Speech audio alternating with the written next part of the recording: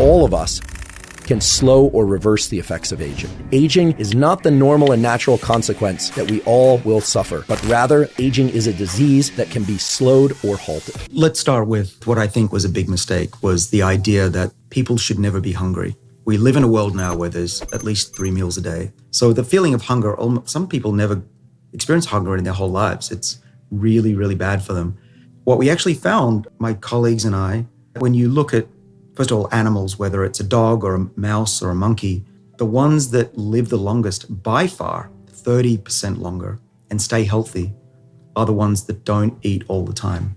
The group of genes that I work on are called sirtuins. There's 7 of them. And we showed in 2005 in a science paper that if you have low levels of insulin and another molecule called insulin-like growth factor, those low levels turn on the longevity genes. Being fed means your longevity genes are not switched on. So you're falling apart. Your epigenome, your information that keeps your cells functioning over time just degrades quicker. Your clock is ticking faster by always being fed. It's not as important what you eat, it's when you eat during the day. What is the protocol that people can extrapolate from that? Well, if there's one thing I could say, definitely try to skip a meal a day.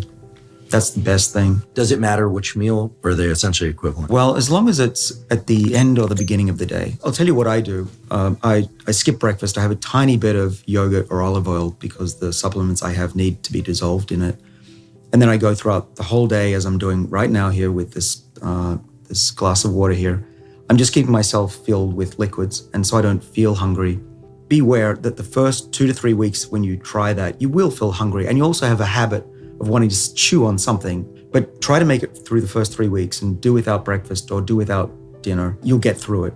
And I did that for most of my life, actually, mainly because I wasn't hungry in the morning. Some people are very hungry in the morning, and they may want to consider skipping dinner instead.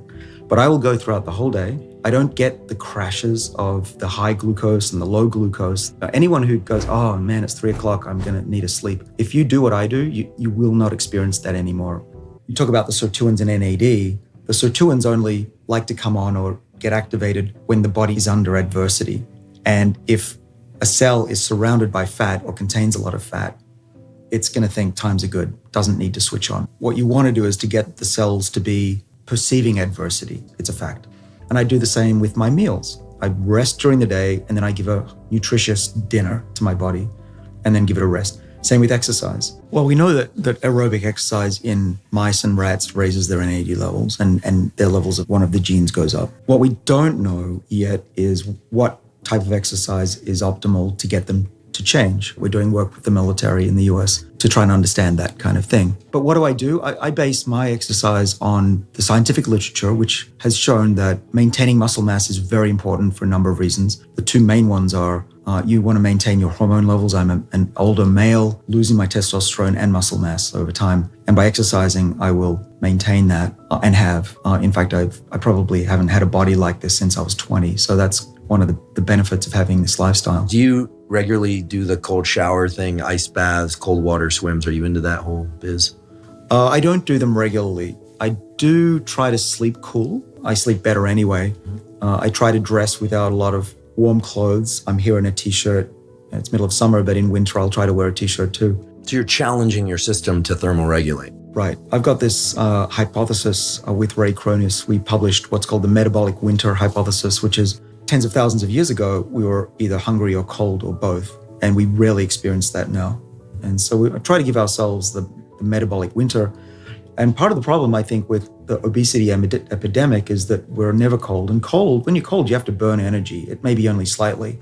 But over the whole night, if you're a little bit cool, you'll actually expend more energy.